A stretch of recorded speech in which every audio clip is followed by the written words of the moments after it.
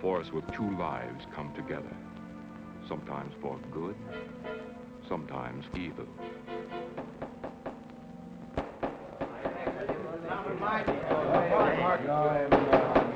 I say, Williams, I would win on this. I'm definitely against it. Seems to forget we have our stockholders to answer to. Phone Mrs. Williams, Della. Tell her to be ready in about an hour, and I'll pick her up. Yep. You phone San Rafael and see if those papers are on the way over from the executive. Yes, Will.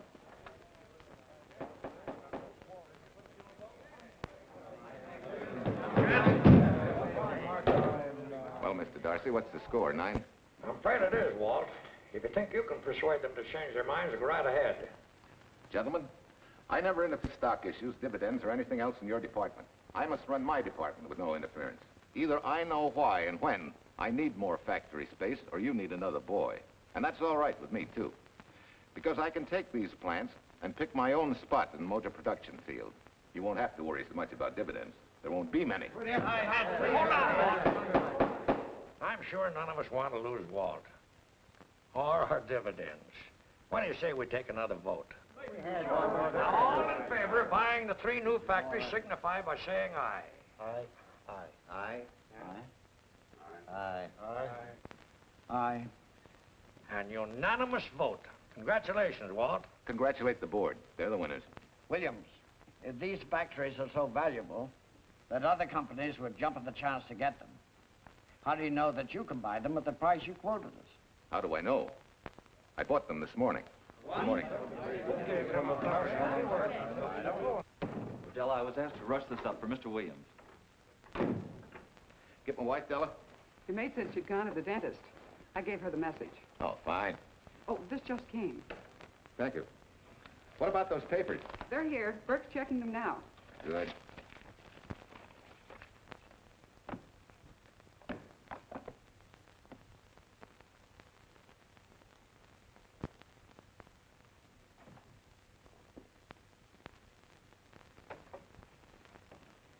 Congratulations, Walt. Take a look at Clause 4. Those provisions haven't been clarified yet. Oh, no? I wanted to leave for Tahoe right away. Get Judge Deering on the phone, will you? Never mind. I can get faster action if I run out to San Rafael myself and stick with them till they're right. Yeah? Mrs. Williams on 3. Oh, put the blueprints of that new diesel in, will you? I want Jackson to see him. Hi, Duchess. I'm afraid now we won't be able to leave till about 5 o'clock. What? You're not going with me, but I counted on it. But I thought as soon as Dr. Harris took care of whatever it was, I'd feel better. I don't. Stupid thing still aches, and I certainly wouldn't be a very desirable driving companion. Now, seriously, darling, you run along and buy your little factories and hurry home. I'll send you back to the office. And cheat me out of my goodbye kiss? Not a chance. I've got to drive over to San Rafael. I'll stop on the way. Love me? Bye, dear.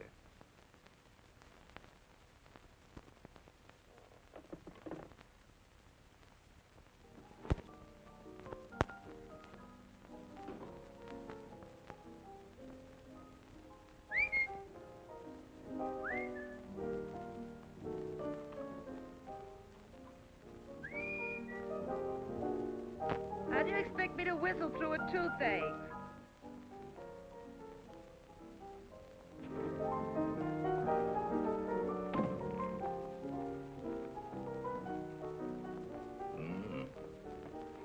Nothing in the whole world smells as sweet as you do, Duchess.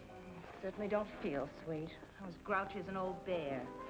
Well, old Doc Williams can give you something to fix that. Close your eyes. Relax a minute. Take a look at that, see if you don't feel better. Oh, Walt. Oh, darling, it's beautiful.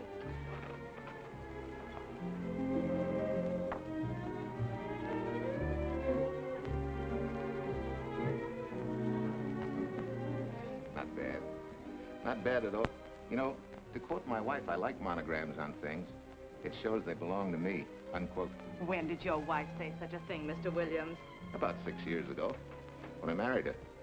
She gave me the first monogrammed shirts I ever owned. Those were the words on the card.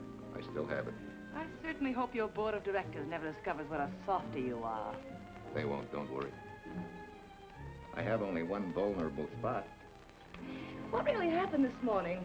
All I got out of Della was that you stalked out of the office with blood in your eye, back in no time with canary feathers in your mouth. Oh, I clipped those birds' wings, but short.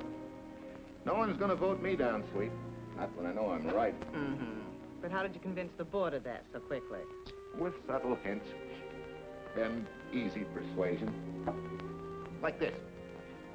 Either I get what I want, or you get yourself another boy. And that's all right with me, too. Walter! What a clumsy ox. I'm sorry, Duchess. Oh, please, sweet, don't be so upset. Oh, if you could have seen your face. Oh, don't bother, dear. Sue Lynn will take care of that. Not exactly a good prescription for nerves, huh? You know, you're wrong, Dr. Williams. The way I feel now, a good cat nap will probably make a new woman out of me. And if it's not going to make you too late, Yes? well, I'm sure that by 5 o'clock I'll... Swell. I'll run over to San Rafael, get things ironed out, and be back for you by 5. On the nose. Darling, wait. That's perfectly silly. I'll take a taxi cab and meet you in Sausalito. There's a drugstore on a corner opposite the square. I'll be there at 5 o'clock and we can go straight on up to Tahoe. That'll save you all that late afternoon traffic and all that time it'll take to come and pick me up. Smart woman, my wife. Thinks of everything. Where's your bag, honey? Oh, Sue Lynn still has some things to press for me. Sure you don't mind taking a taxi? Very sure. Sweet dreams, Duchess. See you at 5. I better get going. Bye, honey.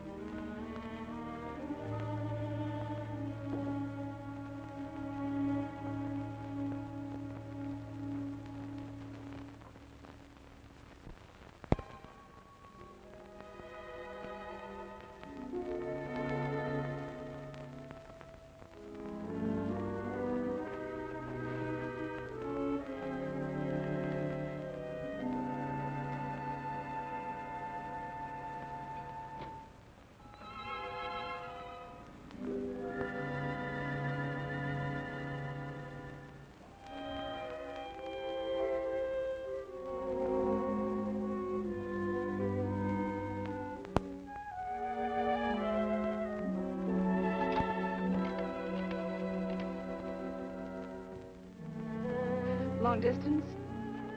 I want Berkeley 79721. Hello. Ah. Hiya, beautiful. Yeah.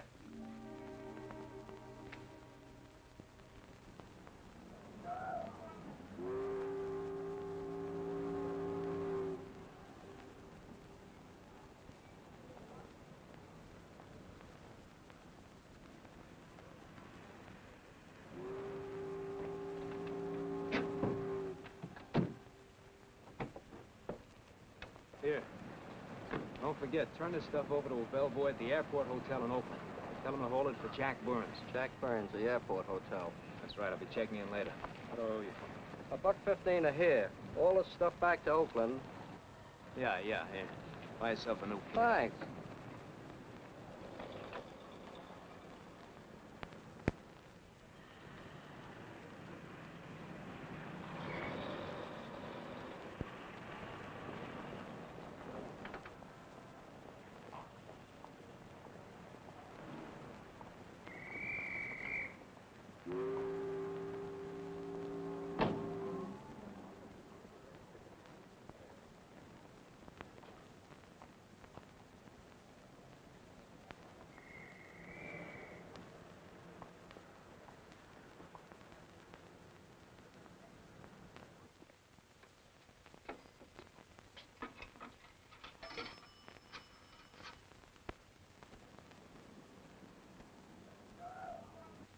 Hey, where's that new woman who was going to meet me? It's after 5 o'clock.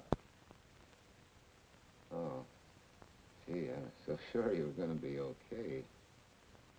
Maybe you better get yourself another dentist, huh? Of course I understand, honey, of course.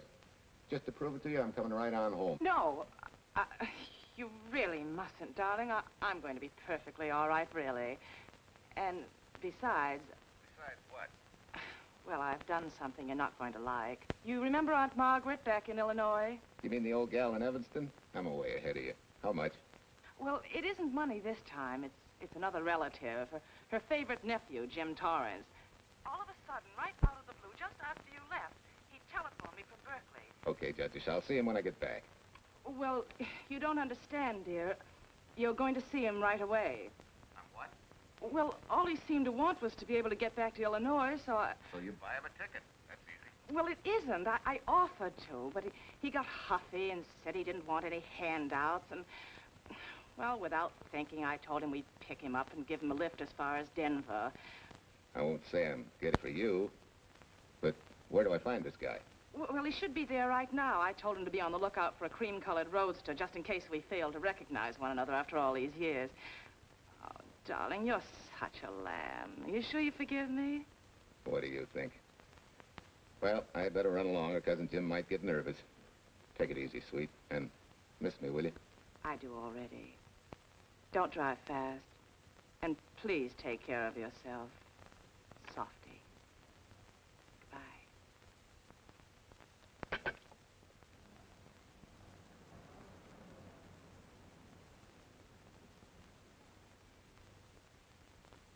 Hello, Della.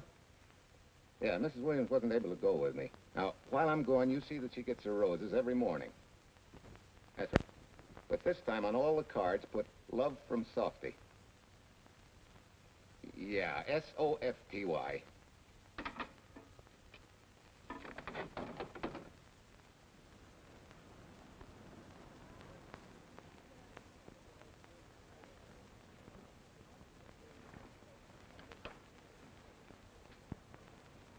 Hello. You must be Jim Torrance. Yeah, that's me. I'm Walt Williams. Hiya, Jim. Hi. Where's Irene? Oh, she's a little under the weather at the last minute. Worse luck. Oh, that's too bad. I was hoping I'd see her. Yeah, I'm disappointed, too. Where's your luggage? Oh, I'm wearing it. Less trouble that way.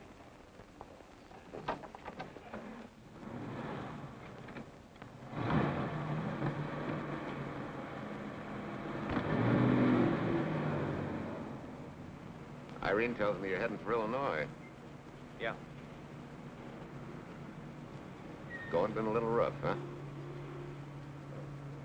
Haven't exactly been worried about my income tax. What's your line, Jim? Oh, guess I'm a better salesman than anything else.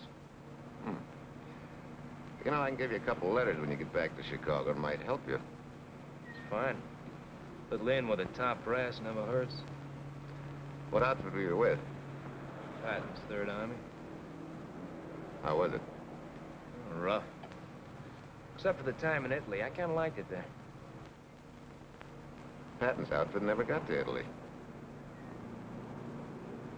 Of course. But most civilians never know or care, and I figured you didn't either. Well, I fooled you that time.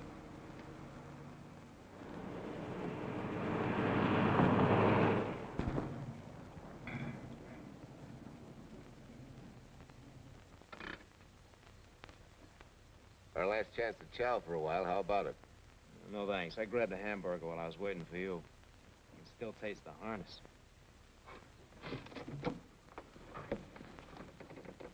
Sure you won't change your mind? No, I'm gonna grab a little shut-eye.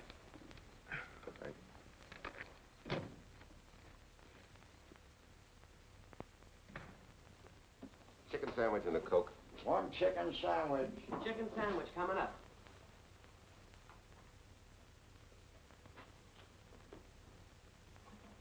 Give me change for $1, will you? Yes, sir.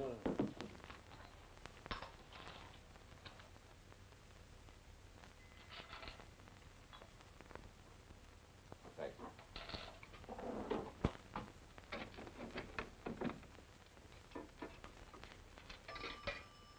San Francisco. Klondike 2, 6714.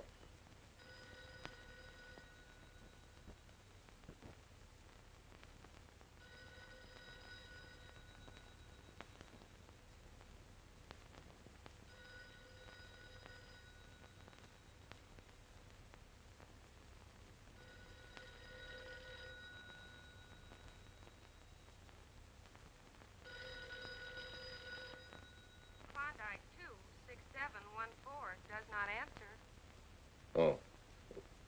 We'll try Sutter 1, 2599, please. Bayview Apartment. Oh, yes, Mr. Williams. No, your maid isn't there tonight, sir. Well, she said Mrs. Williams was taking something to make her sleep and wasn't to be disturbed. But perhaps... No, don't disturb her. Just leave a message that I won't forget about a certain problem. I think I have it, sir. You want her to forget all about a certain problem. Softy, is that S-O-F-T-Y, sir? Softy is going to take care of it thoroughly. Is that all? Yes, that's all. She'll understand. Be sure she gets it the first thing in the morning. Right.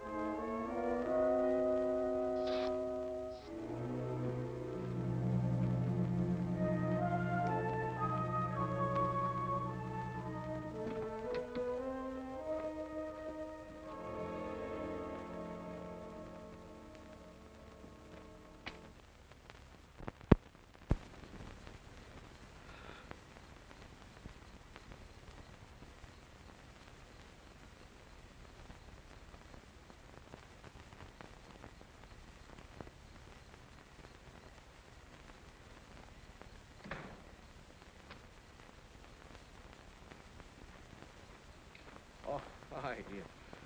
It's been so long since I've been behind the wheel of anything but a Caterpillar or a Jeep. I had to find out what a real buggy feels like. Why don't you drive for a while? A swap. Nothing would suit me better.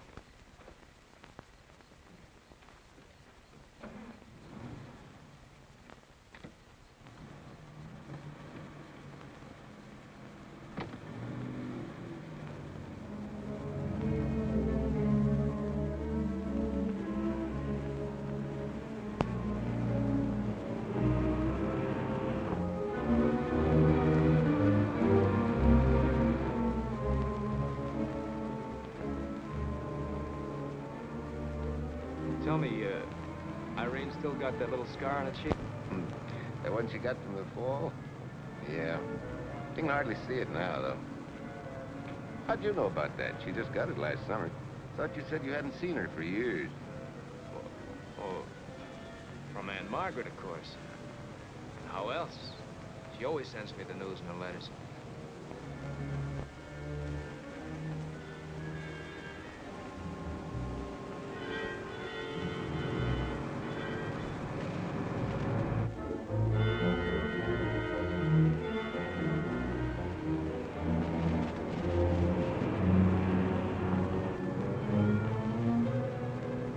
Your Aunt Margaret will be pretty happy to see you.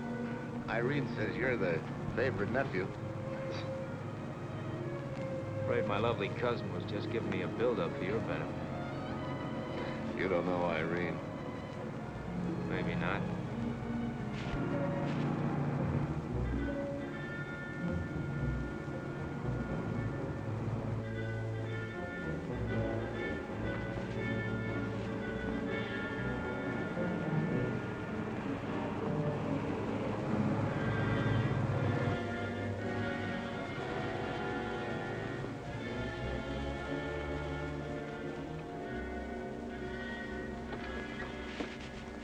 What's the matter?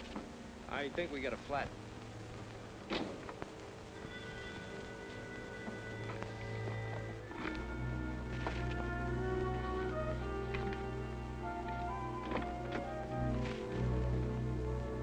Yeah, flat as a flounder. Well, let's get to work. Hey, look out there, young fella. It's quite a drop.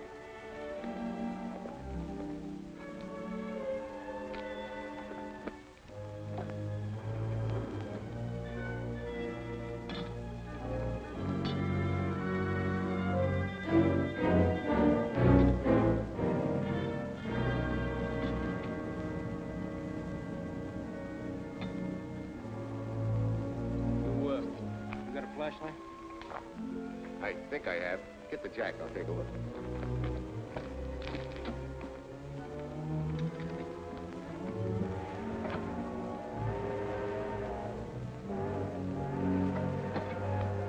Did you find it? Yeah. Yeah, it won't be long now.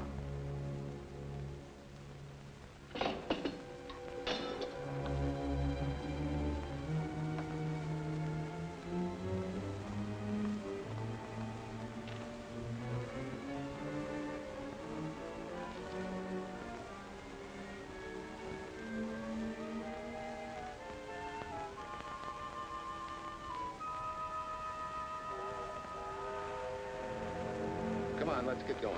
Wait a minute. Did one of your cufflinks fall out? Huh? Something dropped. I heard it fall right down there at your feet. Well,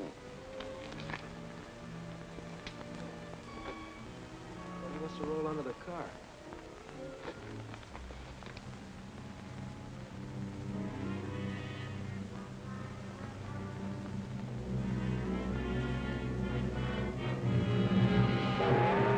Irene and me, sucker!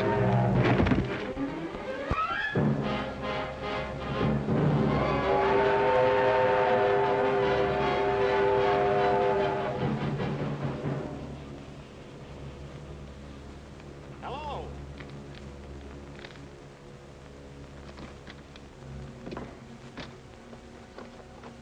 Need a hand? No. I'm all set now.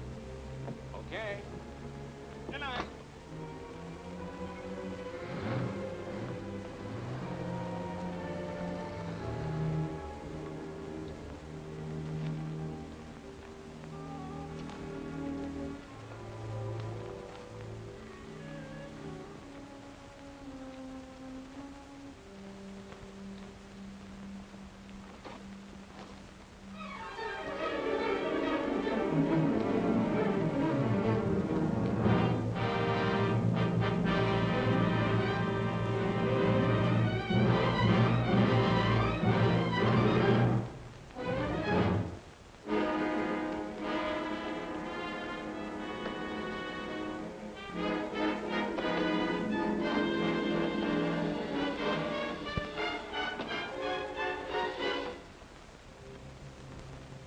Keys.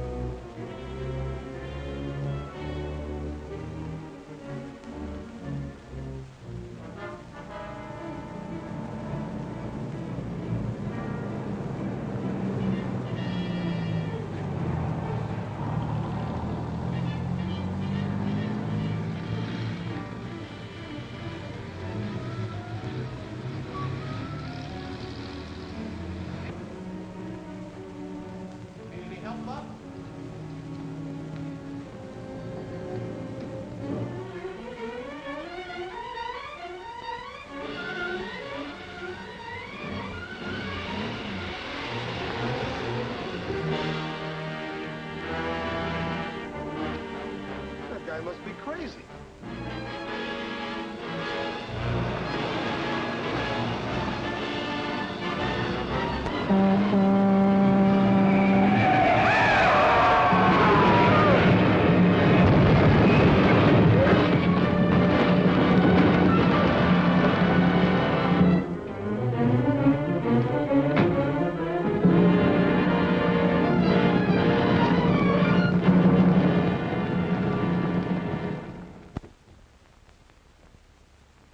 Now, in case my husband should be late and have to rush for his plane, this will be taken care of. Thank you. Tell Mrs. Burns to 302.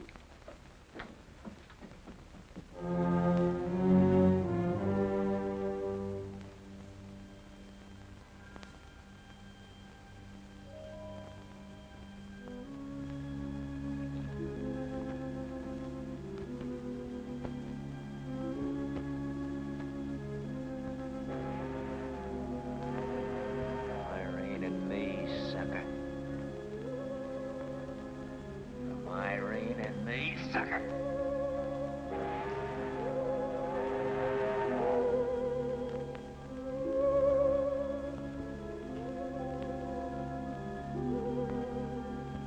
Take care of yourself. Softy. Softy.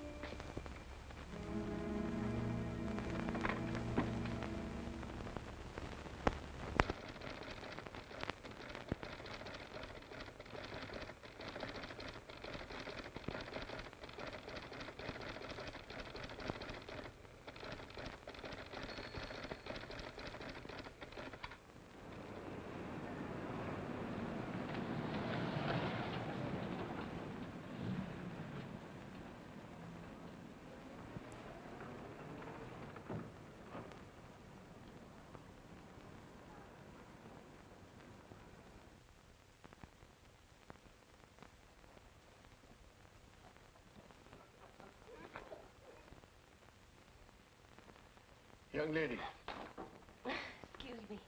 I want to see Mrs. Walter Williams. I'm sorry, sir, but she left orders not to be disturbed. I'm sorry, too. Lieutenant, you see, the police department.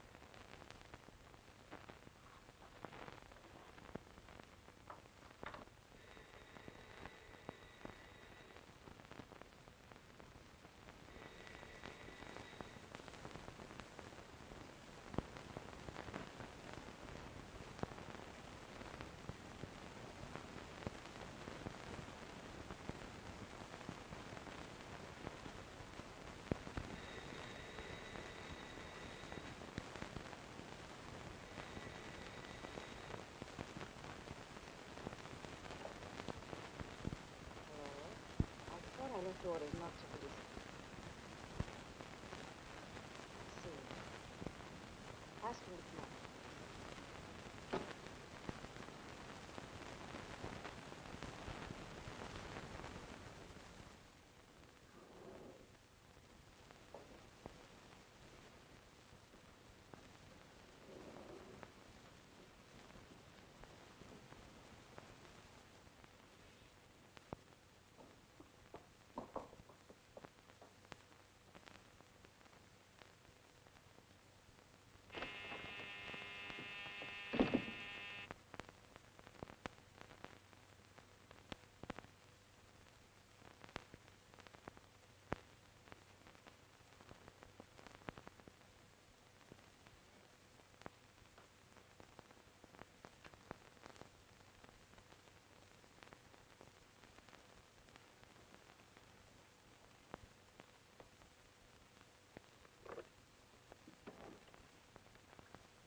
Yes? I'm Lieutenant Quincy with the police department. I'm sorry to disturb you at this hour, but... may I come in? Of course.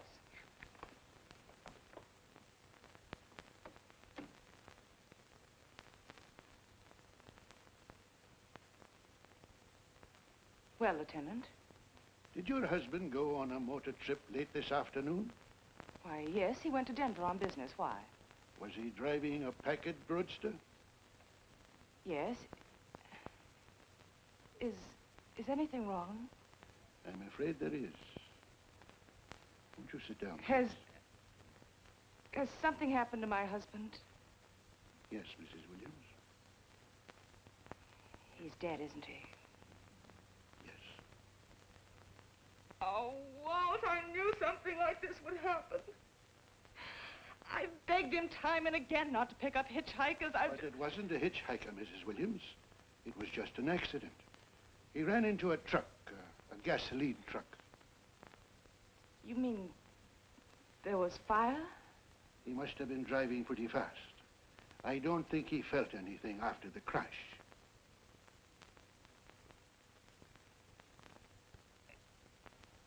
If there's nothing more you need me for, Lieutenant, I think I understand. And may I say you've taken this with a great deal of courage. Good night, Mrs. Williams.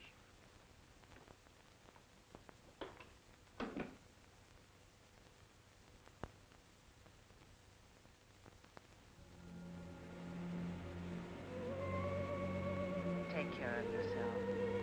Softly. From Irene and me. Softly.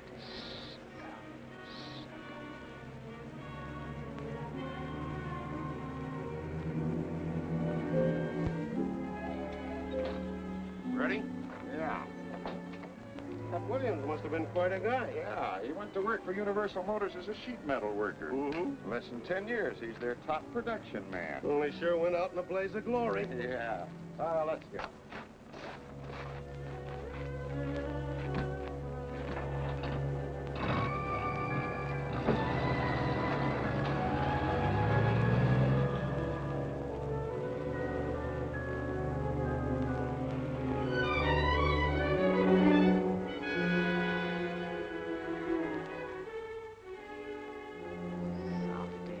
From Irene and me. Sucker. Sucker. Sucker.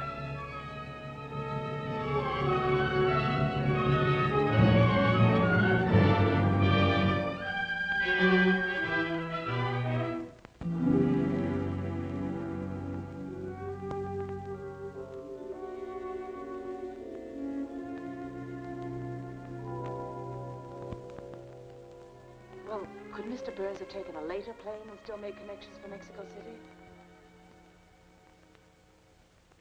I see. Yes? It is some telegrams for Tai Tai. Just put them under the door, Su Lin.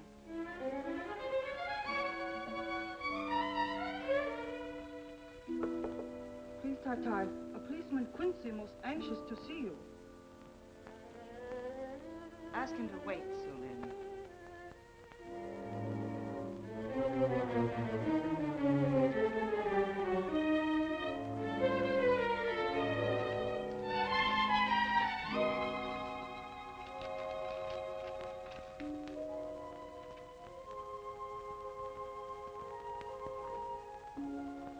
Mrs. Williams will see you presently. Will wait, please.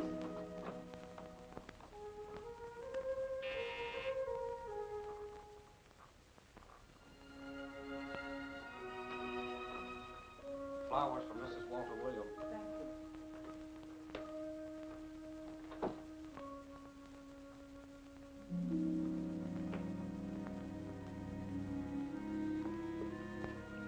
Roses like Mr. Williams always sending when he's away.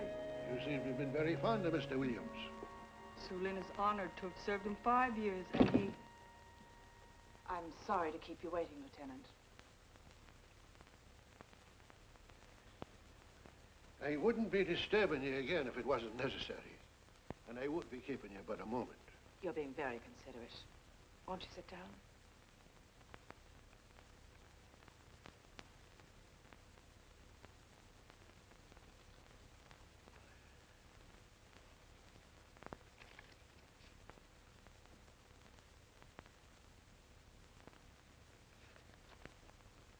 Everyone's been most thoughtful.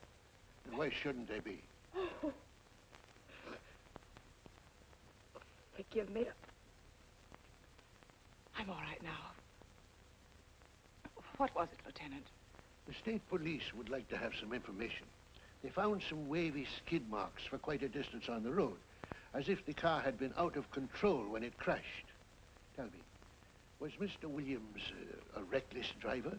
Why, no. He was a fast driver, but certainly not reckless. Well, was he a heavy drinker? Quite the contrary. But what about his health? Could he have had a heart attack and lost consciousness before the accident? Why, no. He was in perfect health, but he'd been working much too hard lately and was overtired. Perhaps he fell asleep at the wheel last night. Oh, poor darling. If only I'd been able to go with him last night, he might still be alive. Well, maybe so and maybe not. You mustn't blame yourself, Mrs. Williams. Fate plays an important part in these matters. Your handkerchief.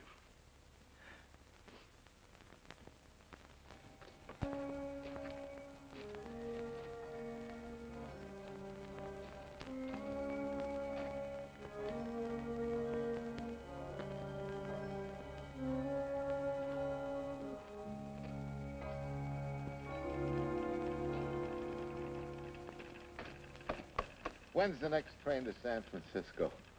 10 a.m. tomorrow. You sure there isn't one sooner? No, I'm sorry.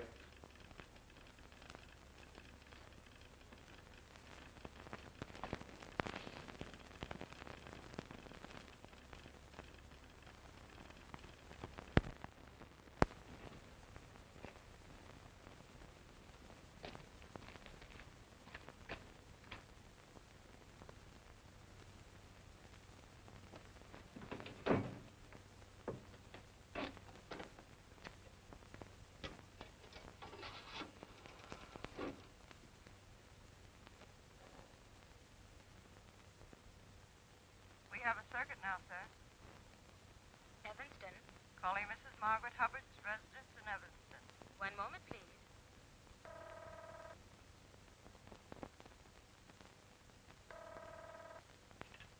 Hello? Mrs. Margaret Hubbard? Yes? Who's this? Long distance.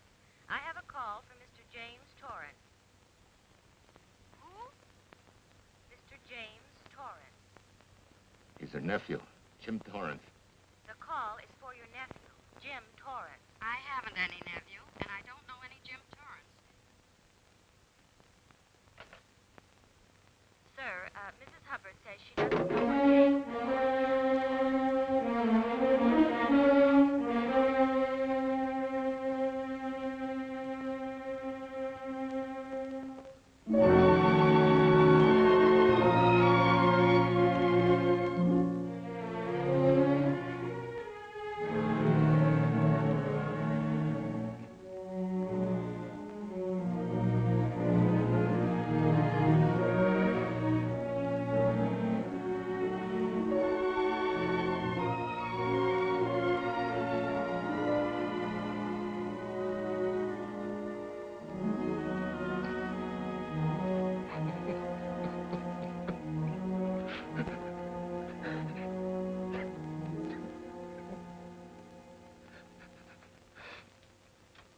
What's the matter, son? Looks like you need a doctor. Doctor? I can't leave the station, but old Doc Bender's just across the road there.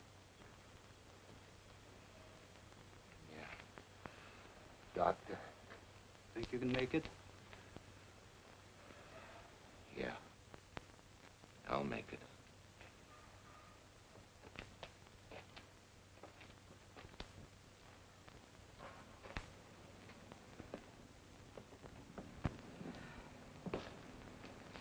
Now, take it easy, man. There's some concussion there. You've got to watch your step for a while. Yeah.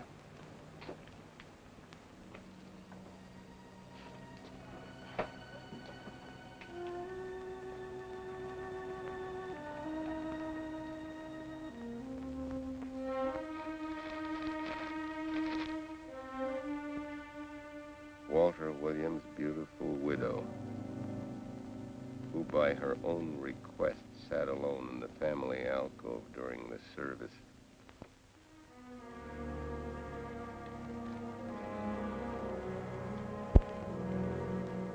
Smart. Someone might have caught her licking her chops.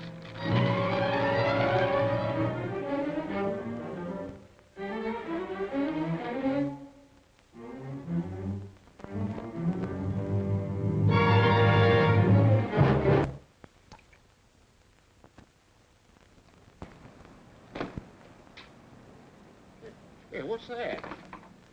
Walter Williams. Hey, ain't that the guy that... For the love of Mike, what's that briefcase doing here? He's dead. They did him a dirty trick if he ain't. Hey, now, wait a minute. Don't touch it. We better turn it over to the police.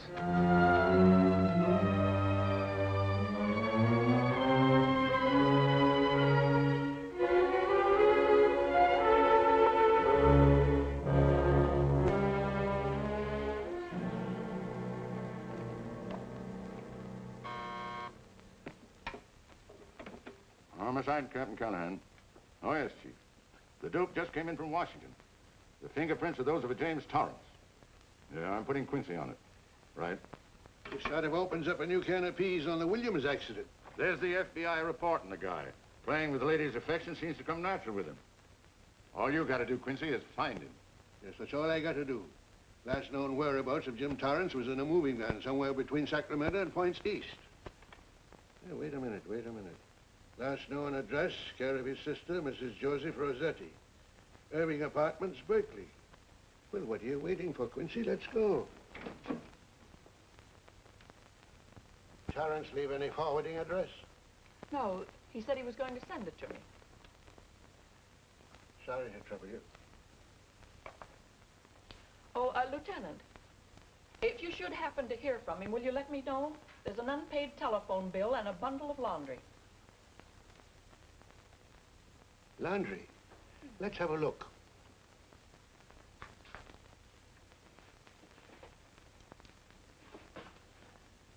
I may have to take this along with me. Not without a receipt, you don't.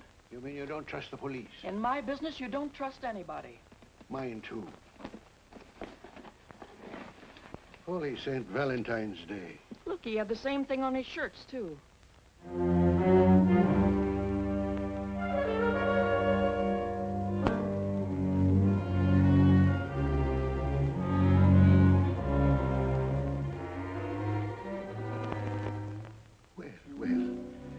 Romance in your late tenant's life. Did you ever see the lady? You know, I never did. But I always knew when she'd been here, the wonderful perfume. I lay you 10 to 1 she's a rich widow. Could be. Wait, I'll get you his telephone bill. Pretty fancy stuff for a hitchhiker. Yeah, but he's a pretty fancy hitchhiker. According to the shirt maker, a certain lady in the town had these made special. And they're just like her husband's. Only his initials were WW. Sort of smells, don't it, Cal? Now take a look at this little item that was also found in the laundry. I for Irene and W for...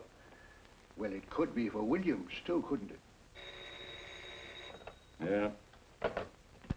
Homicide, Callahan speaking. Hello? Oh, hello, Fitz.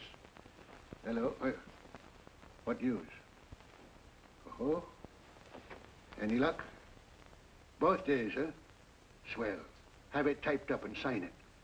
This report of Fritz will be a nice little topper for this pile. His checkup shows calls from Torrance's phone to Williams's private number, and a flock of them going the other way, including one on the 7th and several on the 8th. The 8th, since you've forgotten, is the date of Walt Williams' accidental death. Well, that ought to be enough to get an indictment out of the grand jury. Go pick her up. I'd like to play a long shot first. It might give us 2 for 1.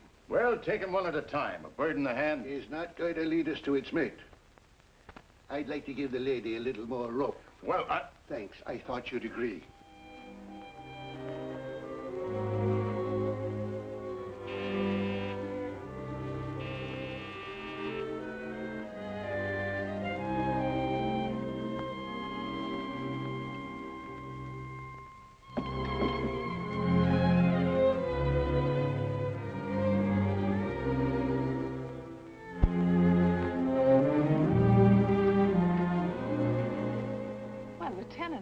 You just caught me. I'm glad.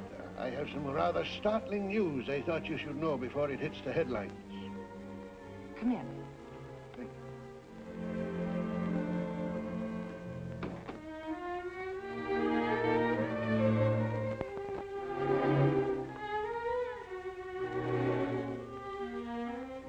Sit down, won't you, Lieutenant? Thank you.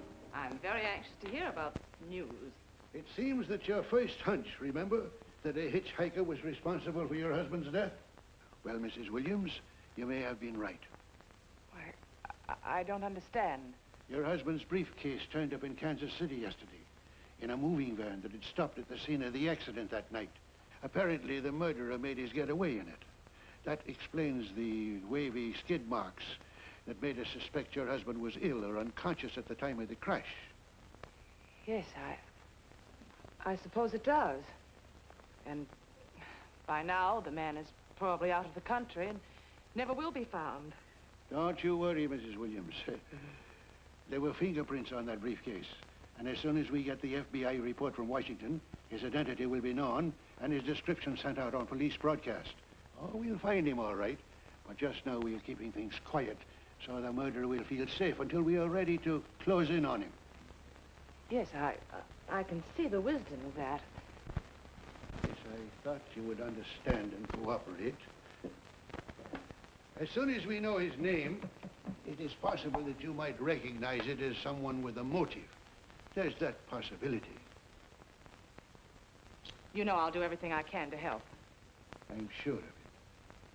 Now I'll run along. You'll hear from me. I'll let myself out. Don't bother. And don't worry. Good day.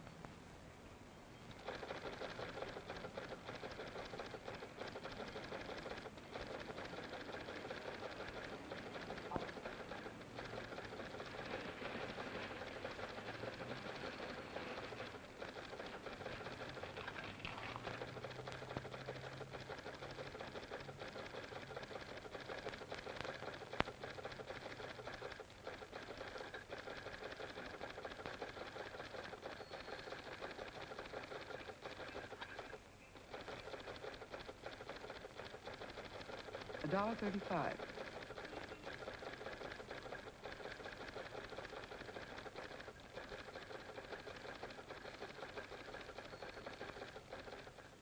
See, everything after the letter J in the first name has been obliterated by heavy writing over it. The only impress letters legible are those between words or before them, like RNS at the end of this name here, and the Hotel Santa here before the word Evanston. Well, Tom, don't you think it's about time you retired? Why, there isn't even evidence there of Mrs. Williams' intent to communicate with Torrance. And who do you think she beat apart to the telegraph office to wire to? The League of Decency? I'll tell you what I think, that you should have brought her in when I first told you to. By the time we get her now, she'll have figured out a way to tip Torrance off. He'd be that much tougher to find. Not unless she's tipped him off from your office. Ernie's got her on ice waiting for you.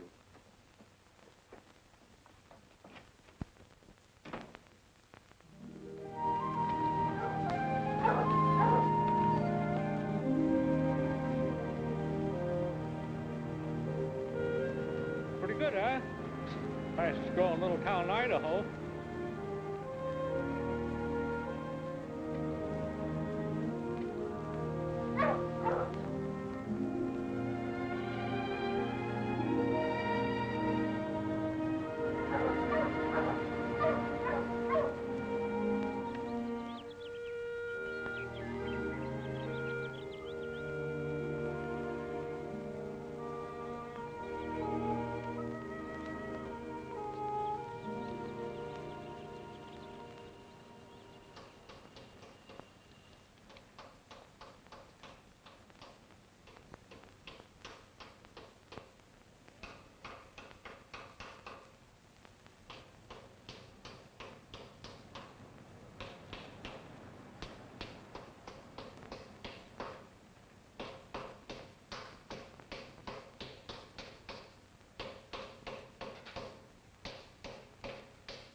Have a heart, son. You trying to wreck that engine? Oh. Sure. It's a hobby of mine. The way you're going at it, you can't miss.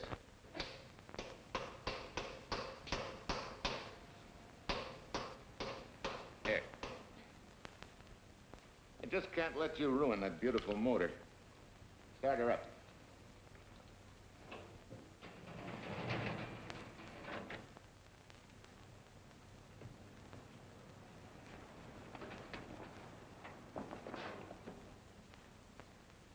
Okay, start her up.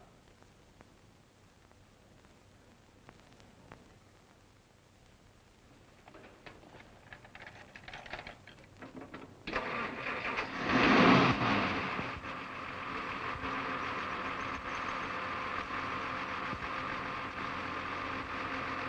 her off.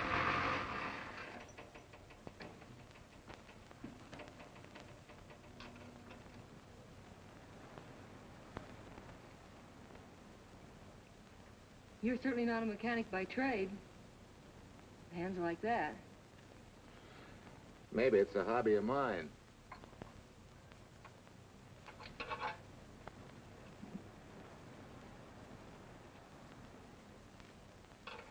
Gee, what happened to your head? Perhaps I was talking when I should have been listening. Okay? Okay by me. A lot, Hill. So long, Marcia. Bye. He's all right now. You better lay off though till the boss gets back. I'm the boss.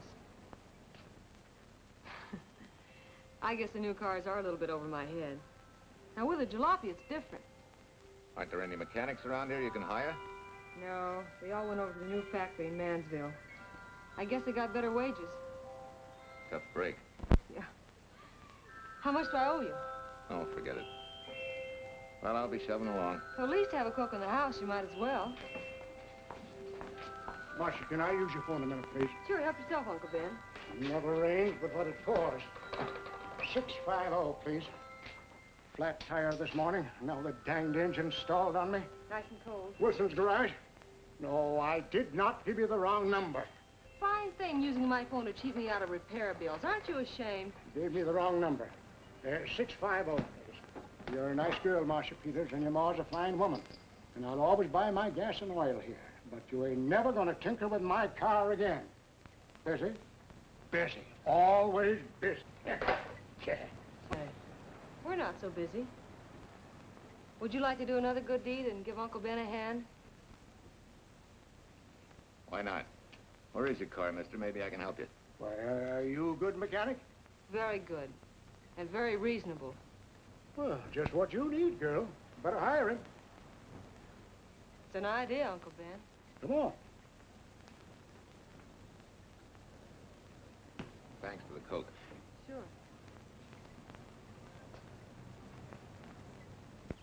Well, I got Uncle Ben fixed up all right. Nothing but a sticky carburetor valve. Bye. I hope he paid you.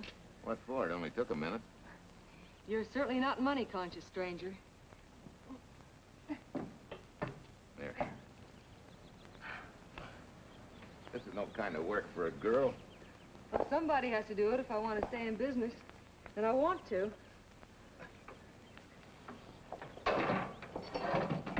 Must be some business that you're better suited for. Couldn't you lease this place to somebody? Sure.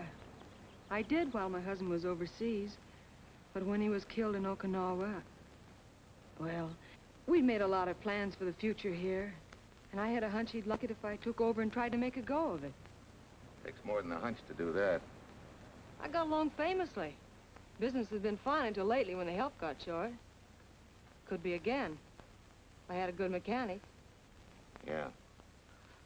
You sure need one, all right. Well, for Pete's sake, say yes or no. Do you want the job or don't you?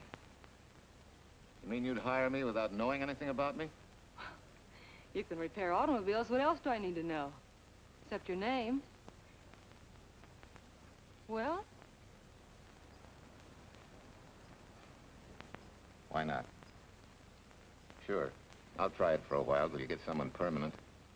The name's Bill Walker. Okay, Bill, it's a deal. And maybe if business gets real good, you'll want to stay. Oh, don't count on it. Where does this go, on the rack? Yeah.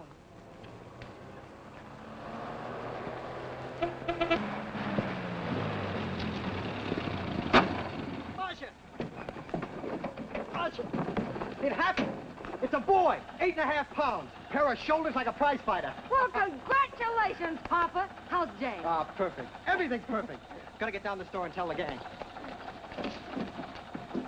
Almost forgot. Oh, gee, thanks, Ed. I'm sorry, I won't have enough for the gang. Yippee!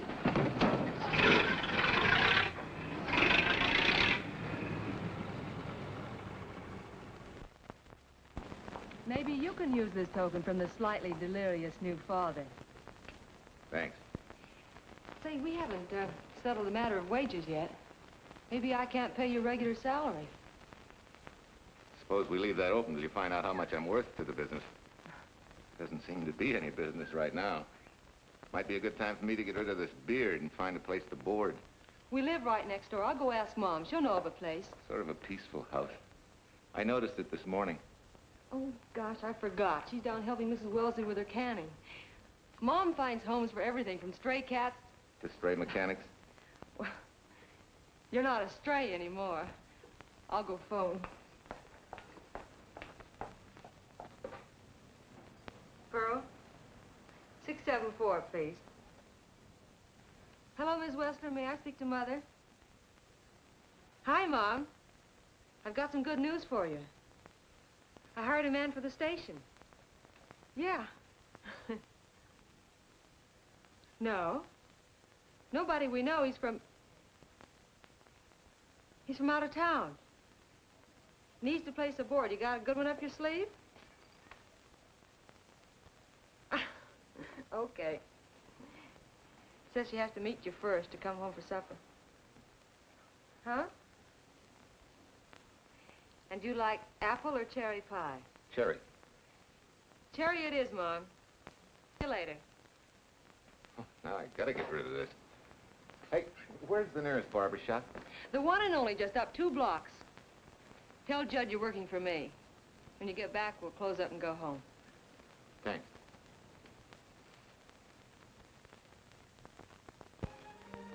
Well, that's real nice. You must have had a good bringing up, young man. Thank you for the young man. We thank thee, O Lord, for thy bounty, and ask thy blessing on this food, and on the new friend who shares it with us. I hope you're good and hungry, Mr. Walker. Who wouldn't be? Marcia, she eats like a sparrow, with all the hard work she does. May I have your plate, please? Well, she can start taking it easy now. Boss, the help. Thank you. She never takes anything easy. Has to put her whole heart and soul into everything she does. Well, now that you're through with me, Mom, how about Bill? Have you thought of a place for him to stay? Well, why can't he stay right here? We have a spare bedroom going to waste. And I think you like my cooking. Like it? That's very kind of you, Mrs. King, but it seems an imposition. Imposition, nothing. That's good business. I can get back what I pay you in board and room. Well, Marcia, what a thing to say. If you'd like to stay, we'd like to have you. We have some more vegetables. Mrs. King, you have a boarder. May I have a biscuit, please? Oh, excuse me.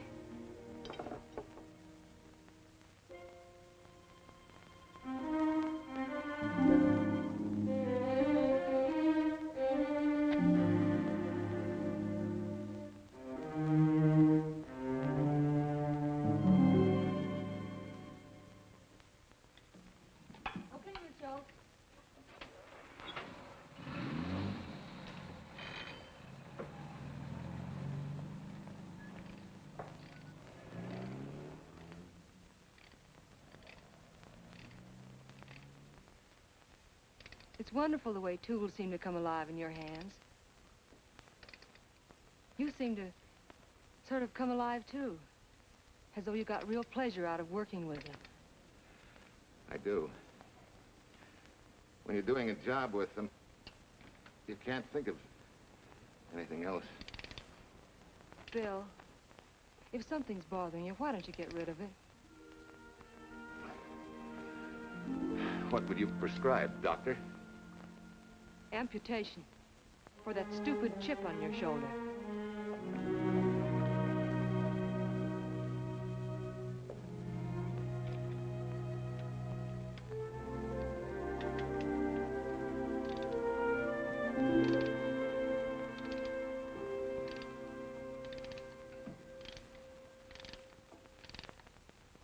What you need is a ring job.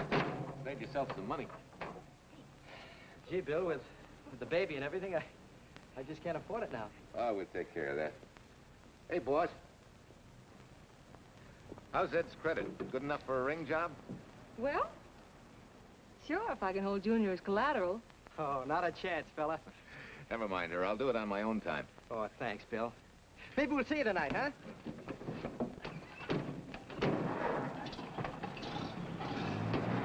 Some shoulders, huh? Yeah. Some father, huh? Bye, Marcia. Bye, Marcia. Bye. Nice kids.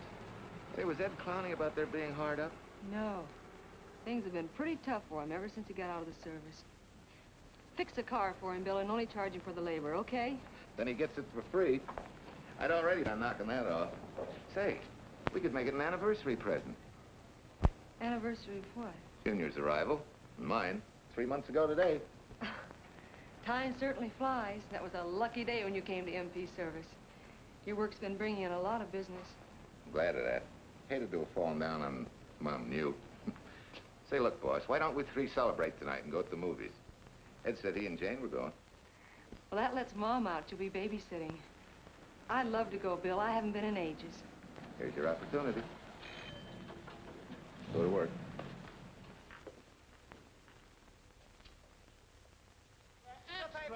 Irene Williams, held for murder. Read all extra. Irene. This is Sheila Graham with the latest news of the shocking Williams murder case. While beautiful Irene Williams is held for trial, charged with conspiring to kill her late husband, the police are searching for James Torrance, believed to be the lover of Mrs. Williams and her partner in the horrible murder of Walter Williams.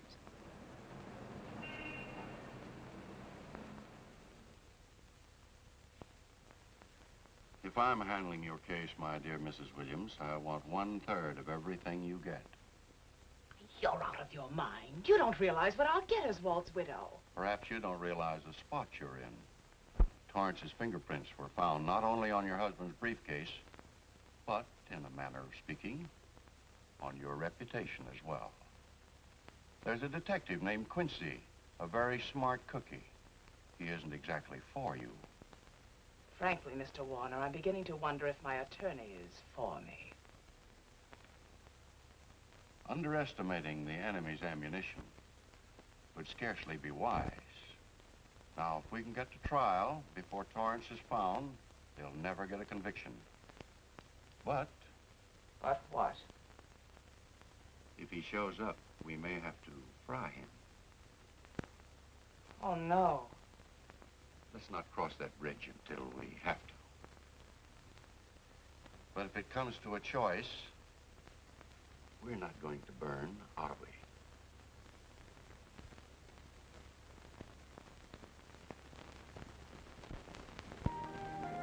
Art, you're the chatterbox this afternoon. What about this afternoon? Oh, I'm sorry, boss. I guess it was wool gathering. You're supposed to do that in the spring. Is there anything you don't know? Yes. What's San Francisco got that we haven't? Better newspapers, for one thing. Anyway, California's supposed to be the land of opportunity. I thought that by now you liked it here. I do. Very much. It's a good town. Nice people. Swell boss. Thanks. We like you, too. No fooling, Bill. You'd be surprised how many people ask questions about you. What kind of questions? Oh, where you came from, do you have any family, and do you like it here, and are you going to stay? Al Knox asked me at the movie last night if you wanted to join the volunteer fire department. Just interested, friendly things. I suppose it is natural for people to wonder about a stranger who moves into their community, like I did. You know, I've been thinking, maybe it wasn't such a good idea, you and I going to the movies last night. It's all right being seen in the station and here with Mom, but... You get used to that in a town this size. They're always trying to marry people off. You just ignore it, and after a while they forget about it. I'll go get cleaned up for supper.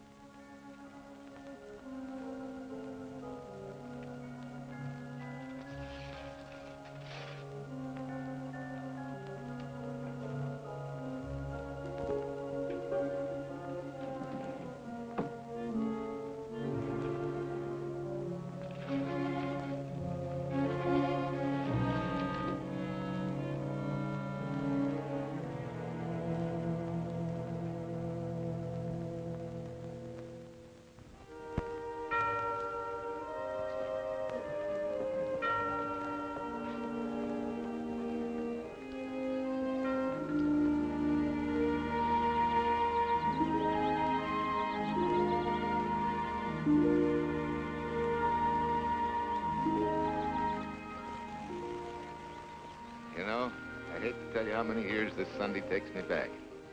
Did you always fall asleep during the sermon? I wasn't asleep, Mrs. Peters. I merely closed my eyes to concentrate. Oh, so that's what you call it. I had to nudge you to stop you from nodding. Quiet. You're disturbing my reminiscent mood. Even smells the same. Could be the same bees buzzing in the same clover. As they say, you can take a boy out of the country, but... A rolling stone gathers no moss. It has to stop rolling sometime, doesn't it, Bill? Sometime, maybe. We grow a very becoming shade of moss here in Larkspur. Don't you think? You grow a lot of nice things here. Anyone in particular? You'll have to skip the answer to that one. Someone tore it out of the book. You're married, aren't you, Bill?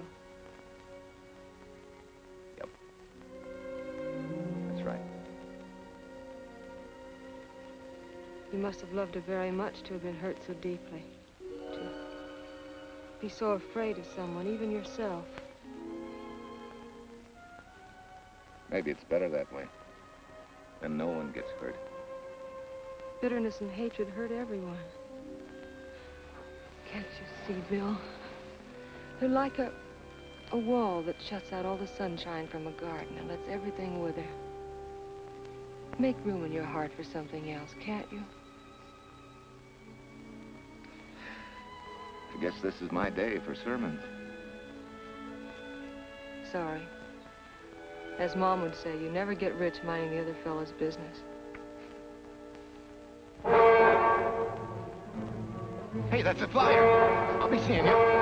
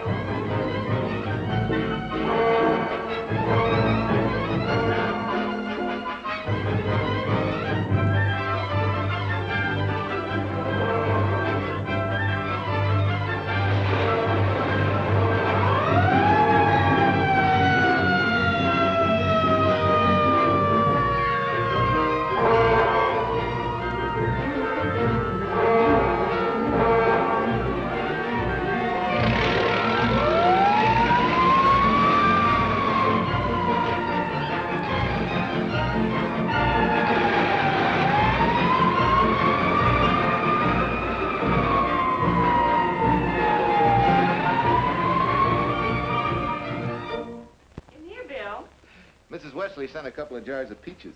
Said you helped her can them. Oh, thank you. When I delivered the doc's car, he insisted that I have a bite with him. Where's the boss? Took the book back to the library for me. Huh? What a day. Hey, what's the idea? Are you darning my socks? Well, I thought a drawer full of holy ones isn't doing you much good. I found it when I put fresh papers in your bureau yesterday. You have a heap of things that need mending, haven't you, son? Does Marcia know? Do you think I'd tell her? This is your problem, Bill. Because I found out about it doesn't give me the right to tell anyone else, not even Marcia. When you trust folks, you trust them, and you give them a chance to work out things the way that seems right to them. How can one little woman be so big? Don't forget, it's a lot easier to be tolerant and understanding at 50 than it is at 25. Yeah, Mom. I'm going next door for a while. Grandma Thompson's ill.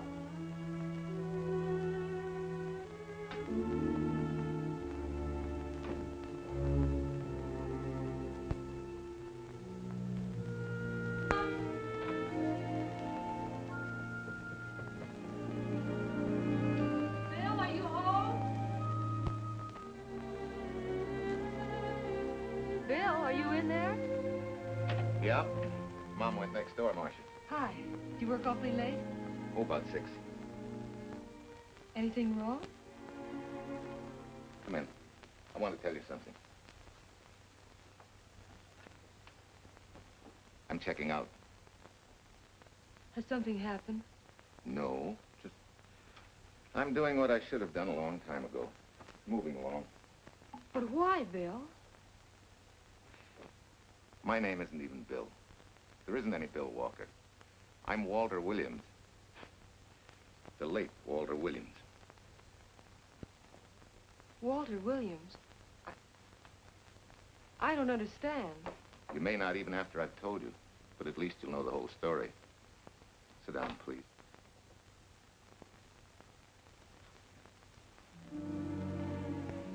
Finally, Larkspur. And you. From there on, you know. I'm glad you're going back to make things right. Going back? Wild horses couldn't drag me back. What are you going to do about your wife? Nothing. You're going to let her go to trial for murder? Oh, no, Bill. Why not? She tried to kill me, she and her cousin. But they didn't. Who says they didn't? Let them try and prove it. No matter what your wife did, she can't be tried for something that didn't happen. Oh, Bill, can't you see? You bet I can see. She deserves everything she's getting. Sorry part of it is they'll never convict her. No, Bill.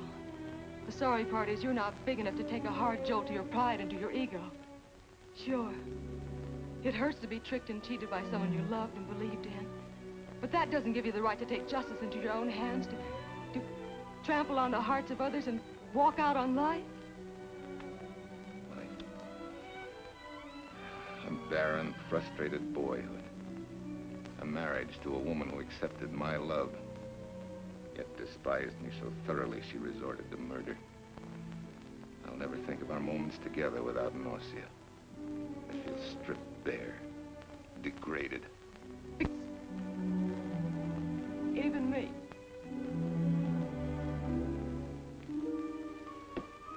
Oh, Bill, please. Don't destroy the one chance we have for happiness. We haven't got a chance. Doing the right thing never works out. I know. In this world, you turn the other cheek and you get hit with a lug wrench. Forget me, boss. Try and forgive me.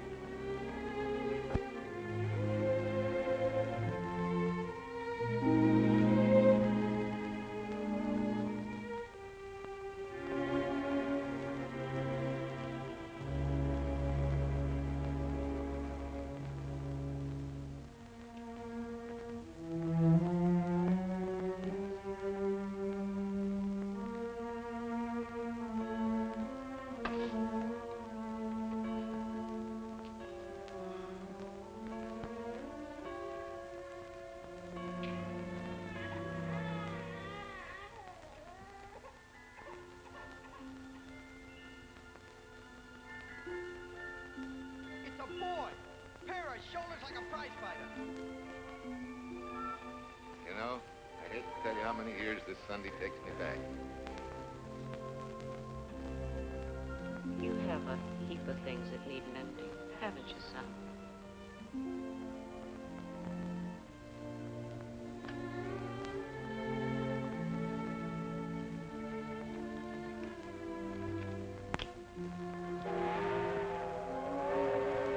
Take care of yourself.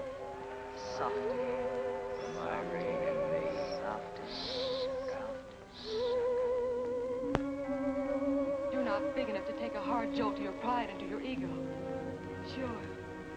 It hurts to be tricked and cheated by someone you loved and believed in. But that doesn't give you the right to take justice into your own hands. Trample on the hearts of others and walk out on life. Oh, Bill, please. Don't destroy the one chance we have for happiness.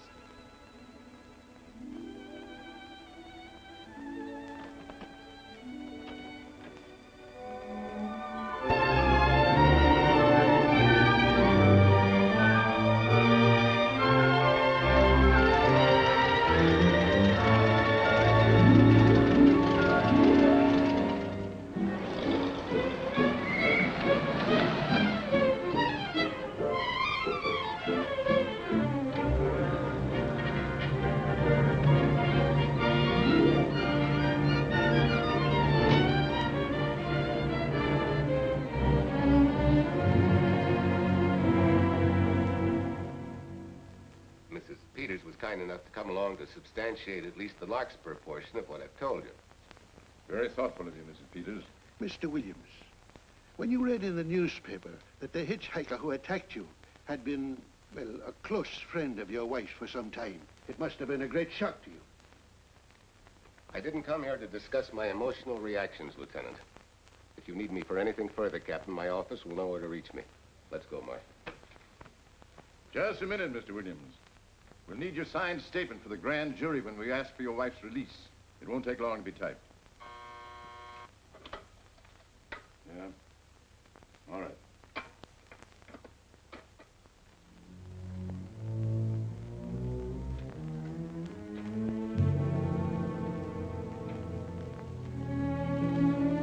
Come in.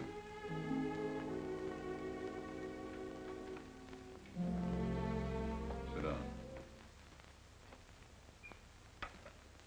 Mrs. Williams, we have news for you. Really? I can scarcely wait.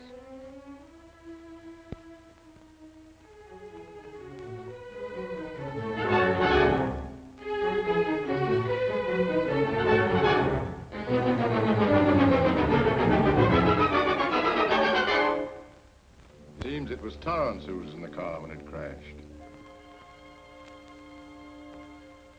Jim?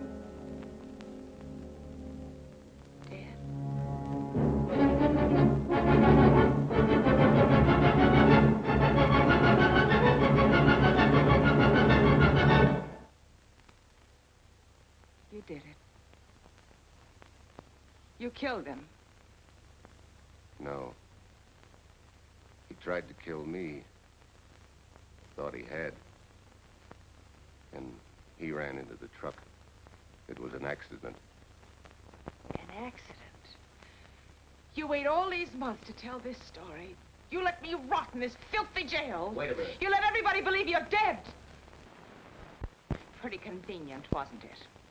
A dead man can't be tried for murder.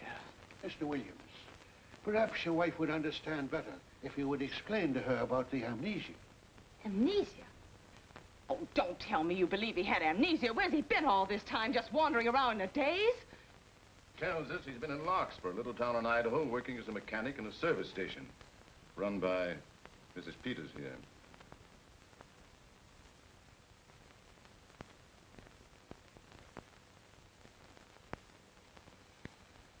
I understand perfectly. Now that my chance for happiness is dead, I suppose you'll demand the divorce I begged you to give me so that I could marry Jim. That's fantastic. Yes, isn't it? After you telling us that the man you picked up was a perfect stranger. Well, that's not true. The time and place for meeting Jim had all been arranged. I must advise you There's a law that a wife can't testify against her husband. There's a law against murder, too, but that didn't stop him, and nothing's going to stop me until I'm through. It's all right with me, Captain. Go on. Talk your head off.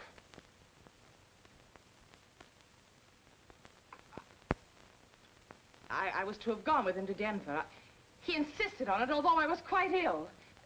Several hours before we were to leave, he came home. There was a violent scene. He threatened to kill me unless I agreed to give up Jim. And I wish he had. This is incredible. Not one word that she has said is true. Then you've nothing to worry about. Mrs. Williams, was there a witness to the threats you mentioned?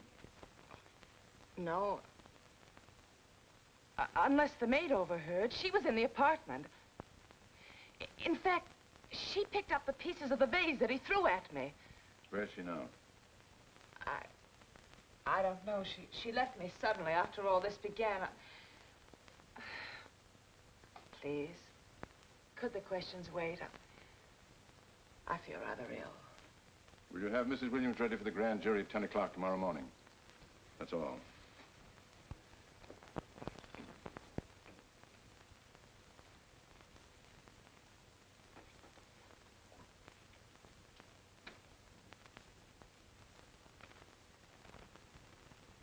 We're going to hold you too, Williams. On what charge? Suspicion of murder. But he's not guilty of any of these things. Then it should be easy for him to prove it. Take it down and book him. That fiction of Mrs. Williams must have been very convincing. No, we just couldn't buy that yarn you tried to sell us. Let's go.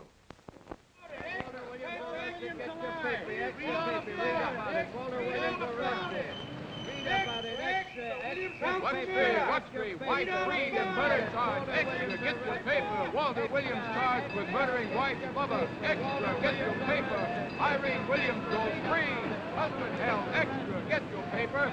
White Freed and murder charge. Walter Williams charged with murdering wife Bubba. And Daly's going to cover Williams' office. Okay, boys, hop to it. I want all I can get by 10 a.m. tomorrow for the grand jury. Okay, Chief. Oh, Tom, don't miss a bit. Dig up everything you can on Williams and the Peters dame. You sort of believed Irene Williams' story, didn't you, Van? She made better sense than he did. Well, sure, she's a better liar than he is.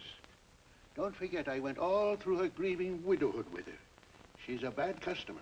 Well, that's for the grand jury to decide, and Williams insisted on letting her talk. So it's his funeral. Funeral, all right. Especially with that yarn he told. But murder's out of character for him. There's a few pieces missing somewhere. There might be in Idaho, if it's not too much out of character for you to get going. You're going to miss me, Cal, when I retire next year. Maybe I'll join Private Eye and solve your cases for you.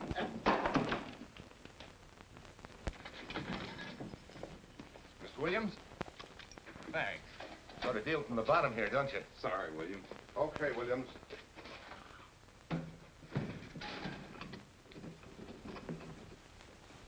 Well, not very good news, judging from your faces. Well, Walt, the grand jury returned indictment against you. Mrs. Williams was released. I see. Now, don't you worry, Walt. We'll have you back at work where you're needed, and in short order. Come on, Eldridge. There's a visitor waiting far more attractive than we old fogies. We're just leaving, Mrs. Peters, but remember, don't hesitate to call on me for anything. Thank you so much.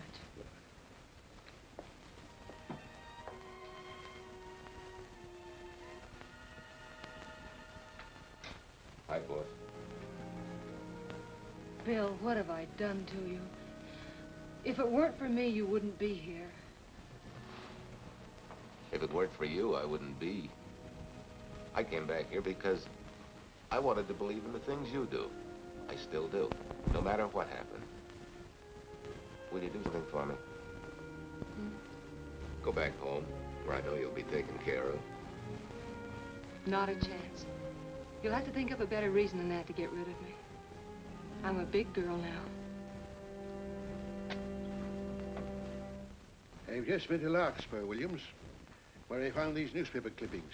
Of course, some of them are 3 months old, but you seem to treasure them, so I brought them along. So? I don't think they exactly substantiate your claim of amnesia.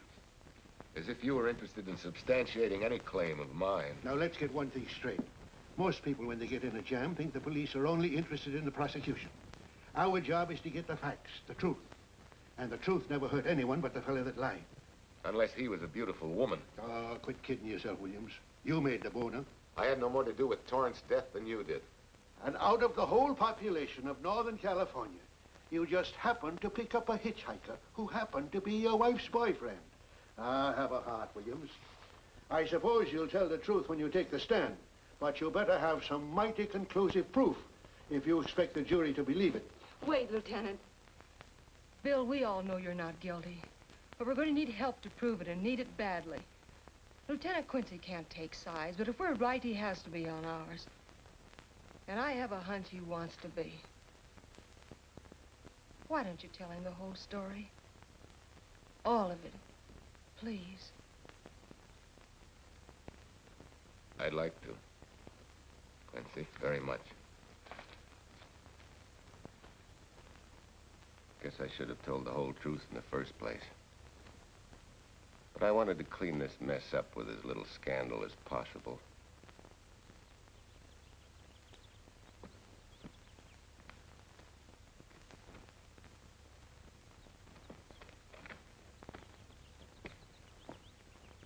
Well? No sign of the lug wrench or anything. My dear Mrs. Peters, will you please stop trying to be a detective? How many times do you think the police have combed this spot for any kind of evidence? Now, be a nice girl. Take Mr. Williams' advice. Go back to Larkspur. What time is it? It's only 4 o'clock. We still have time to go back to town and go on our hunt for Sue Lynn. Now, look here, young woman. You've had me on the run since early morning. But, Lieutenant, the maid seems to be our only hope now. We've got to keep looking till we find her, that's all. That's all? Wait. She was naturalized, wasn't she? Suffering chopsticks. Quincy, you dumb flatfoot. This Sue, what's her name, was Chinese born. If a port of entry was San Francisco, there'd still be a file on her, photo and all. Let's go. Back to town. Immigration.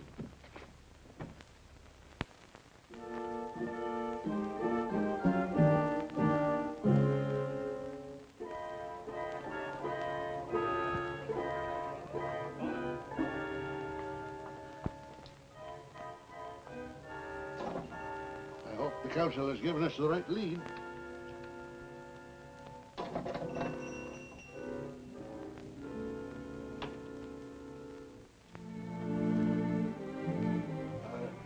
You are sing?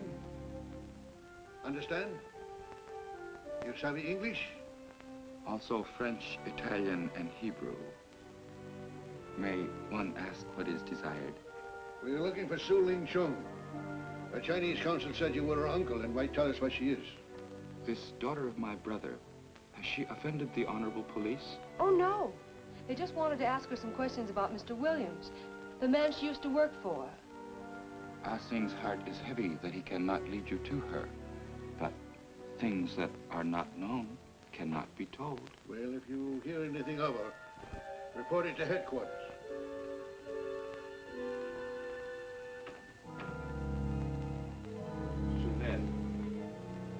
Untruth is not good for soul, and not wisdom when told to policemen. Better for the soul to be kind than to be wise. Su Lin must keep silence to help in this matter.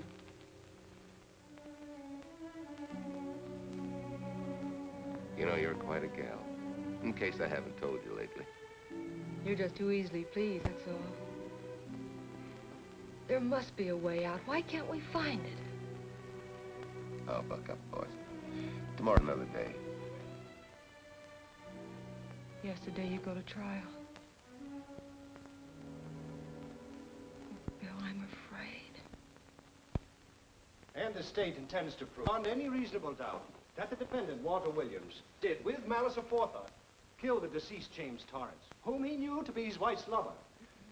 And that with his victim dead beside him, he drove his car into the course of an oncoming truck, jumping clear himself some seconds prior to the crash.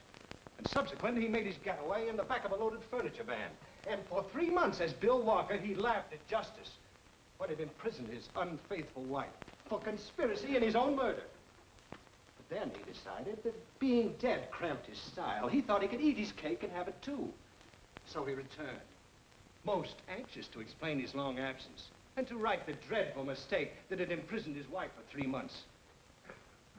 Ladies and gentlemen, it was a cold-blooded, premeditated murder and must be punished to the fullest extent of the law. Call the first witness, please. Captain Callahan, did Walter Williams tell you what suddenly cured his amnesia after 3 months? No, he did not. But he did tell you the man that struck the blow which caused the amnesia was a total stranger, a hitchhiker he had picked up. Yes? And that he knew nothing of this man's identity or relationship with his wife until he suddenly recovered from his amnesia and heard or read the details. That's what he said. That's all. Thank you, Captain. Your witness, Counselor. No questions. No, I saw no signs of amnesia, but definite concussion. He was a bit evasive in answering questions, but not vague or unsure. In your opinion, Doctor, could this head injury have been caused by a fall? Yes, if the head had struck on some object, such as a stone or a metal pipe. That's all, thank you. Your witness. Dr. Bender, are you familiar with a tool known as a lug wrench for changing automobile wheels? I'm afraid I am, sir. I've had a regular epidemic of flat tires lately. Well, then, in your opinion, could this head injury which you treated have been caused by a blow from a lug wrench? Yes, it could have been caused by that, too. Thank you, Doctor. The ones with the earliest dates, you will notice, are heavily creased, as though they'd been carried in a wallet or a coat pocket. Thank you. Lieutenant Quincy, will you kindly tell the court where you found these newspaper clippings? In the bedroom occupied by Mr. Williams in Mrs. Peters' home in Larkspur, Idaho. Is this your handwriting, Miss Revere? Yes, sir. And that's the message, at least our record carbon of it. Would you read it to the court, please? June 9th, 8:32 p.m. Message from Mrs. Walter Williams, Penthouse D. Mr. Williams called, said he wants you to forget all about a certain problem. That Softy is going to take care of it thoroughly. Was there any other conversation? Well, I just asked if that was all, and he said yes, she'll understand, and sort of laughed as if it were a joke and hung up. Some joke killing the wife's boyfriend. That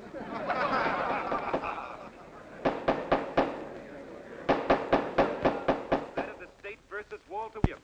All the rounds so far have gone to the prosecution, and it was a grim-faced Williams who was returned to his cell this afternoon. What the score will be after he takes the stand is anybody's guess, but he's going to need some lucky punches to get a decision. And though Torrance struck with intent to kill, after telling you this is from Irene and me, sucker, you still telephoned Illinois to find out if there was a cousin Jim. You are hard to convince, aren't you, Mr. Williams? Is it so incredible that a man should fight against believing such a thing about his wife? Oh, that is very touching. From a husband who planned a trip on which he intended to destroy his wife and did kill her lover. That's a lie. Your Honor, I object to the conclusions drawn by the prosecutor and move that it be stricken from the records. But, Your Honor, there is a corpus delicti, remember? Who was your wife's lover. Objection sustained. There's also her own story, which in front of witnesses you insisted she tell.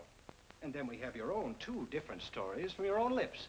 One featuring a perfectly strange hitchhiker, the second an equally strange cousin Jim, without a questionable substantiation for either bit of fiction.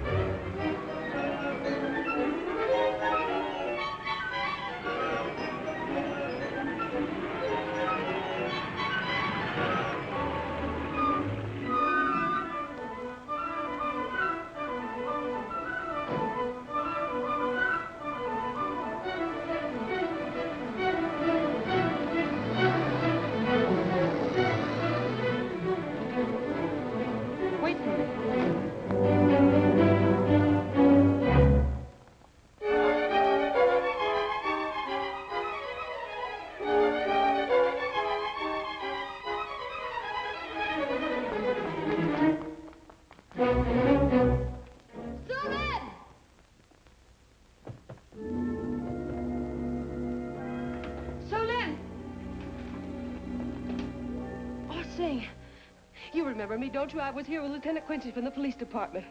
I just followed Sue Lynn up the stairs. I saw her come in here. You must be mistaken. I'm not mistaken. She's here. I must see her. Ah, Sing, don't you understand? It's to save a man from prison, even from death. I will send her to you.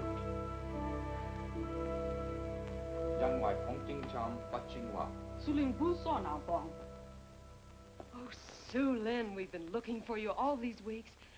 Mr. Williams needs your help so desperately. I cannot help. You must forget that you found Sue Lynn. Forget it? But you're his only witness. You're the only one that can help. Not as a witness. Only with silence can I repay his great kindness to me and my family in China. Why? For I heard other things. That most unhappy day, from Mrs. Williams' bedroom, his voice very loud and angry. A flower vase broken to pieces. He can explain all that. They do not believe what he's already told. That I heard anything would do harm. Don't you see?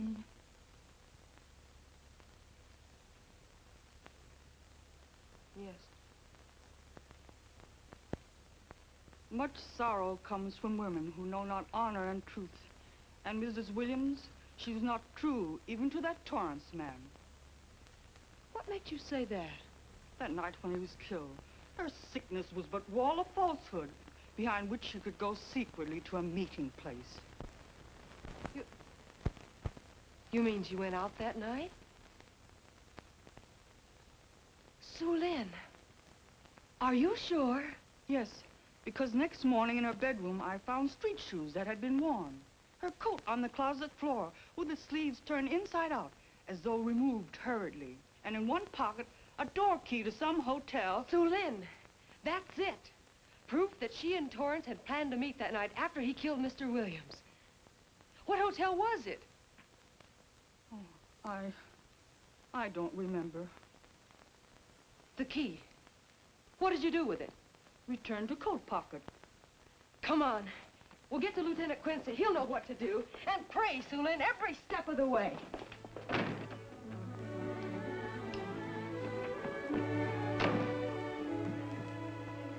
Now hold everything. Even if this long shot don't work out, we'll just keep on pitching.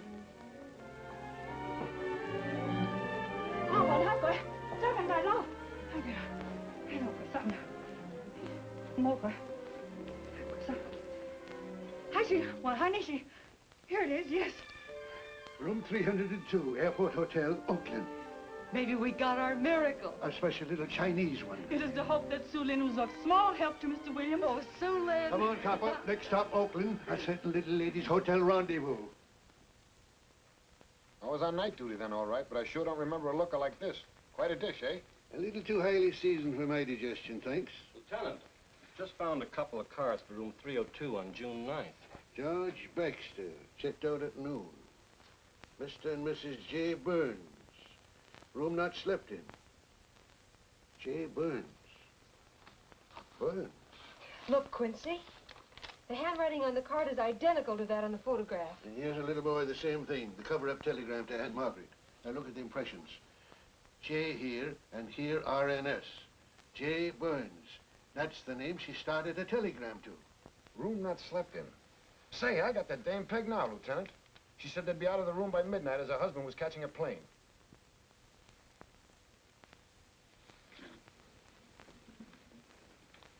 But Quincy... Reservation for Sam Andrews. Yes, sir. This ties it all up, doesn't it? Yeah, like a greased pig. What do you mean? We've got the evidence now, the proof. Of what? Sue Lynn's theory that Irene was playing the field? This evidence only proves that she came here to keep a date with a man named Burns. We can't even prove that he didn't keep the date. But you know he didn't. There wasn't any Burns. It was only a name that she and Torrance used. Fine. If you can prove that, Williams will be free. But none of this will prove it. Sorry, Copper, but we are just up another blind alley. Willie? Yes, sir. There's a couple of sample cases from Mr. Sam Andrews. Came up from the station this morning. Take them to Parlor B right away. Sure thing, sir.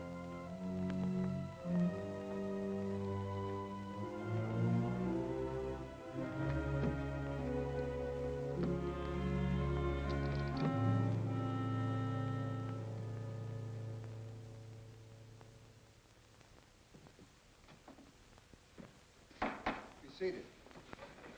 Case of the state versus Walter Williams. Proceed, Mr. Eldridge. Your Honor, we will call Mrs. Irene Williams. Take the stand, Mrs. Williams.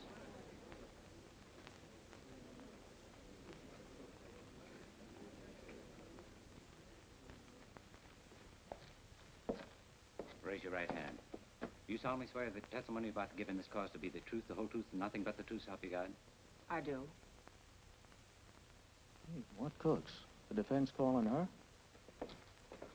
Mr. Eldridge, what's the purpose in calling this witness? Merely for purpose of identifying handwriting. Now, Mrs. Williams, this photograph of you... Was stolen from my apartment. So, according to the inscription, to Walt, my adoring and adored husband, Irene, this belongs to Mr. Williams. This is your handwriting, isn't it? Of course. I'm touched that he should have wanted it so badly. And this telegram, addressed to Mrs. Margaret Hubbard, is that also your handwriting? It is.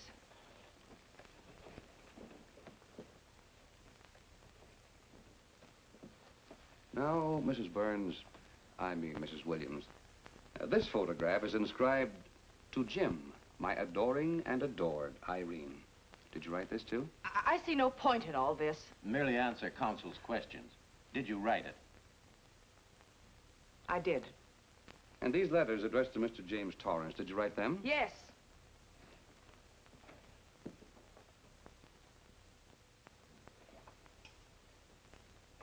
And this monogrammed garment, a gift from you to Mr. Torrance? Why must I be tortured again by all this? I never made any secret of my love for Jim Torrance. That's why he's dead. Your love for Jim Torrance. Yet on the very night he was killed, you had a rendezvous with a man named Burns, didn't you? I don't know what you're talking about. I don't know any man named Burns. I was at home that night, very ill. Oh, yes, the sleeping pills. Well, you must walk in your sleep, then. For you spent at least part of that night at the Airport Hotel in Oakland, where you registered for Mr. and Mrs. J. Burns. Don't waste the court's time trying to deny it. This is the registration card that you signed at 9:20 p.m. And there's the room clerk who assigned you to room 302. And this, Mrs. Williams, is the key to room 302, which you very carelessly left in the pocket of a coat which was found in your closet yesterday. All right, I was there. Now you're satisfied. Not quite. This J. Burns, Mrs. Williams, is his first name Jack? Yes. Have you been in contact with him lately? No. How long since you've seen or heard from this Jack Burns? Well, I don't know. I don't remember. You bet she doesn't remember, because there isn't any Jack Burns, and there never was. That was an alias for Jim Torrance. And it was Torrance who was to have met you that night, after your charming little plot to kill your husband had been duly executed. It's not true. It's not true. I have bad news for you, Mrs. Williams. I can prove it's true. These pajamas, these letters, this picture, all of which you identified for the court, were found in this suitcase, which is full of the clothes and personal belongings of Mr. James Torrance. And the suitcase was found in the baggage room of the Airport Hotel, where it's been held since June 9th. And it says on this tag, in large print, hold for Jack Burns. That is all, Mrs. Williams. Just a moment, Mrs. Williams. Your Honor, in view of the evidence presented, we now ask for a dismissal of the state's case against Walter Williams. And we intend to charge Irene Williams with conspiracy to commit murder against her husband, Walter Williams. Oh, no.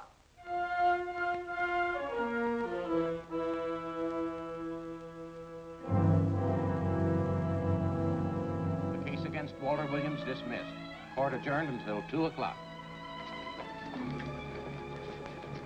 Well, that's that, Walt. Congratulations, Mr. Williams.